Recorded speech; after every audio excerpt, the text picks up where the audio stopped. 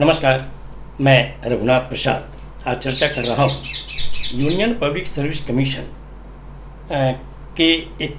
2020 के civil services के result के एक एनालिसिस की। ये प्रिंट में छपा है 2 अक्टूबर 2021 को और 2020 के रिजल्ट का एनालिसिस है कि रिटेन मार्क्स और इंटरव्यू का कोरिलेशन कि जनरल कैटेगरी के साथ क्या है, बैकवर्ड क्लासेस के साथ क्या है, EWS के साथ क्या है, SC और ST के साथ क्या है। मैं बहुत डिटेल में तो नहीं जाना चाहता, लेकिन जो अंत में चूँकि उसके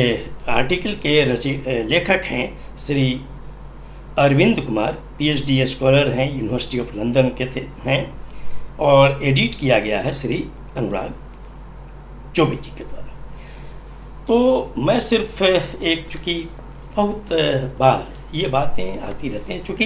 यूनियन पब्लिक सर्विस कमीशन हमारे देश की सबसे महत्वपूर्ण संस्था है रिक्रूटिंग के मामले में, चूँकि वह देश के सबसे उच्च पदाधिकारी की नियुक्ति से संबंधित है। अन्य परीक्षाएं तो लेते ही है, लेकिन सिविल सर्विसेज जिससे IAS, IFS, IPS जो ऑल इंडिया सर्विसेज के अफसर्स हैं और एलाइड सर्विसेज के जो अफसर्स हैं विभिन्न विभागों के, वे तो चुने ही जाते हैं। इसके साथ ही इंजीनियर्स हैं, डॉक्टर्स हैं, ये डिफेंस के सीनियर ऑफिसर्स हैं, उनके चयन की भी जिम्मेवारी UPSC पर है।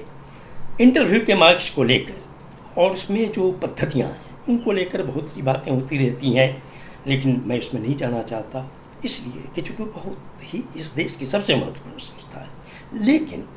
एक भारतीय नागरिक के रूप में सुझाव के तौर पर, चूँकि मैं समझता हूँ कि जैसे मैंने बिहार लोक सेवा आयोग की जो अभी कार्यप्रणाली है लगभग 10-15 वर्षों से मैं देखता रहा हूँ, और उसमें मैंने ये पाया है कि समय के साथ बहुत अंतर आया है। जैसे BPSC में पहले जो इंटरव्यू हुआ करता था तो पूरा डिटेल्स जाता था कैंडिडेट का, पूरा बायोडाटा उसमें रहता था कि कैंडिडेट का नाम क्या है, उनके पिता का नाम क्या है, वो कहाँ से उन्होंने पढ़ाई की है, अभी वो नौकरी कहाँ कर रहे हैं, उनकी शिक्षा दीक्षा कहाँ से हुई है, क्या क्या सब्जेक्ट है, सारी चीज़ें उसमें रहा करती थी। तो यहाँ भी ऐसा पाया गया कि रह कर ये आरोप लगता था कि बायसनेस है इंटरव्यू बोर्ड में। UPSC का जो इंटरव्यू होता है वो प्रत्येक बोर्ड की अध्यक्षता UPSC के एक मेंबर करते हैं और 3-4 एक्सपर्ट्स होते हैं उसमें। जैसे BPSC में यह सिस्टम है इंटरव्यू का, बिहार लोक सेवा आयोग में, कि रोल नंबर के सीरियटम में ही डेली कैंडिडेट सेट होते हैं। जैसे जितने भी बोर्ड हों, मान लीजिए कि 6 बोर्ड हैं तो 6 बोर्ड में बस नीचे के रोल नंबर से अंत तक, चूँकि एक ही बार में इंटरव्यू का शेड्यूल तय हो जाता है, और जिससे ये पता नहीं चलता है कि कौन कैंडिडेट जनरल कैटेगरी का है, कौन मोस्ट बैकवर्ड क्लासेस है, कौन बैकवर्ड क्लासेस का है, कौन SC है, कौन ST है, ये पता नहीं चलता, चूँकि सीरियटम से रोल नंबर है। और प्रतिदिन प्रत्येक बोर्ड में जितने कैंडिडेट को फोरनून आफ्टरनून में जाना है, UPSC में फोरनून आफ्टरनून में सभी बोर्ड बैठते हैं। एक फोरनून में परहैप्स 6 हैं और आफ्टरनून में परहैप्स 5 कैंडिडेट का इंटरव्यू होता है।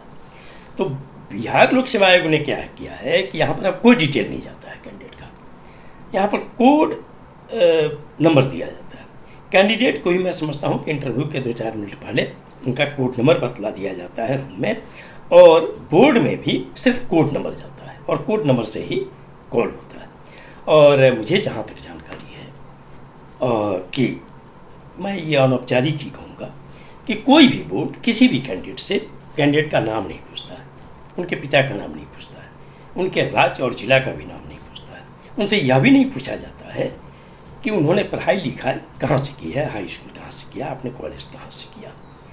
ये भी नहीं पूछा जाता है। उनसे पूछा जाता है सिर्फ कि ग्रेजुएशन में आपका सब्जेक्ट क्या था और बिहार लोक सेवा आयोग की मेंस परीक्षा में आपका सब्जेक्ट क्या है, ताकि इंटरव्यू बोर्ड को ये आसानी हो कि वो उनसे किस तरह के करंट इवेंट्स और जनरल नॉलेज के अतिरिक्त किस तरह के प्रश्न उनसे किए जाएं, जनरल स्टडीज़ के किस तरह के प्रश्न किए जाएं, सब्जेक्ट से किस तरह के प्रश्न किए जाएं। मैं समझता हूँ कि चूँकि संघ लोक सेवा आयोग ही मानक होता है सभी राज्यों के लोक सेवा आयोग और अधीनस्थ लोक सेवा आयोगों के लिए, इसलिए मैं समझता हूँ कि जो भी कभी टीका टिप्पणी या कुछ आरोप प्रत्यारोप लगते हैं, इसको समाप्त करने का एक सबसे आसान तरीका यही है कि लोक सेवा आयोग भी, संघ लोक सेवा आयोग भी अपने सिविल सर्विसेज इंटरव्यू या किसी भी तरह के एग्जाम के लिए रोल नंबर के सीरियटम में ही कॉल करें, जो मेंस में जो चुने जाते हैं इंटरव्यू के लिए, ताकि किन्हीं को ये पता नहीं चले कि किस कैटेगरी के कैंडिडेट का इंटरव्यू होने जा रहा है। और डिटेल तो बोर्ड में जाना ही नहीं चाहिए किसी का भी, क्योंकि हम मानव हैं, हम आदमी, हम में कोई बैशनेस आ सकता है, इसलिए इसको क्यों नहीं यूपीएससी, अगर मैं नहीं जानता कि अब क्या होता है, अगर डिटेल नहीं दिया जाता है तो बहुत अच्छी बात, लेकिन डिटेल अगर दिया जाता है तो इस पर संघ लोक सेवा आयोग को सोचना चाहिए। और ये अगर इसमें सुधार कर दिया जाए और कैंडिडेट को भी कोड नंबर बतलाया जाए और बोर्ड में भी जो इंटरव्यू पैनल है उसमें भी सिर्फ कोड नंबर जाए और उनको भी ये एक तरह से इंस्ट्रक्शन रहे कि किसी भी कैंडिडेट का रोल नंबर नहीं पूछा जाना चाहिए, नाम नहीं पूछा जाना चाहिए, पिता का नाम नहीं पूछा जाना चाहिए, उनका बैकग्राउंड एजुकेशन का नहीं पूछा जाना चाहिए, उनका सोशल बैकग्राउंड का है ये नहीं पूछा जाना चाहिए, किस राज्य से हैं ये भी नहीं पूछा जाना चाहिए, उनसे भी सिर्फ ग्रेजुएशन के सब्जेक्ट और जो मेंस में जो ऑप्शनल सब्जेक्ट हैं उससे उनकी जानकारी लेकर अगर इंटरव्यू होता है तो मैं समझता हूँ कि शायद कभी भी कोई आरोप लगने की जरूरत नहीं होगी। अंत में मैं, चूँकि उस आर्टिकल में जो प्रिंट में 2 अक्टूबर 2021 को छपा है उसका बस एक पैरा को मैं यहाँ पर पढ़ दे रहा हूँ आप सभी लोगों के लिए। The interview panel is given A detail, मैं ये स्पष्ट कर दूँ, मैं नहीं जानता कि डिटेल जाता है या नहीं जाता है, ये उस प्रिंट के से जो मैंने सर्च किया है गूगल पे उससे मैं पढ़ रहा हूँ। The interview panel is given A detailed application form that consists of information about candidates including their category, social and education background, etc. This information may consciously or unconsciously trigger their within bracket है interviewing board members, उसके बाद है inherent biases. The selection board can be biased towards reservation policy per se, which could result in awarding of low marks. The disclosure of information about social and education background in the DAF could also be resulting in having a negative impact on the performance of the candidates before the interview board. उसमें एक sentence और है कि according to a report of the World Bank, such things can happen after disclosure of identity. देखिए, identity जब disclose होगा तो बैसनेस आने की संभावना है, ये ह्यूमन कहिए क्वालिटी। इसलिए मैं अनुरोध करता हूँ यूनियन पब्लिक सर्विस कमीशन से और DOPT से कि इस पर गंभीरतापूर्वक विचार किया जाए कि यूपीएससी जैसी संस्था पर किसी के द्वारा कभी ये उंगली नहीं उठाई जा सके कि इंटरव्यू में कोई भी बैसनेस की बात हो, चूँकि बहुत बड़ी संस्था है और इससे देश के नीति निर्माताओं का चयन होता है। और इसका सबसे सुंदर तरीका है कि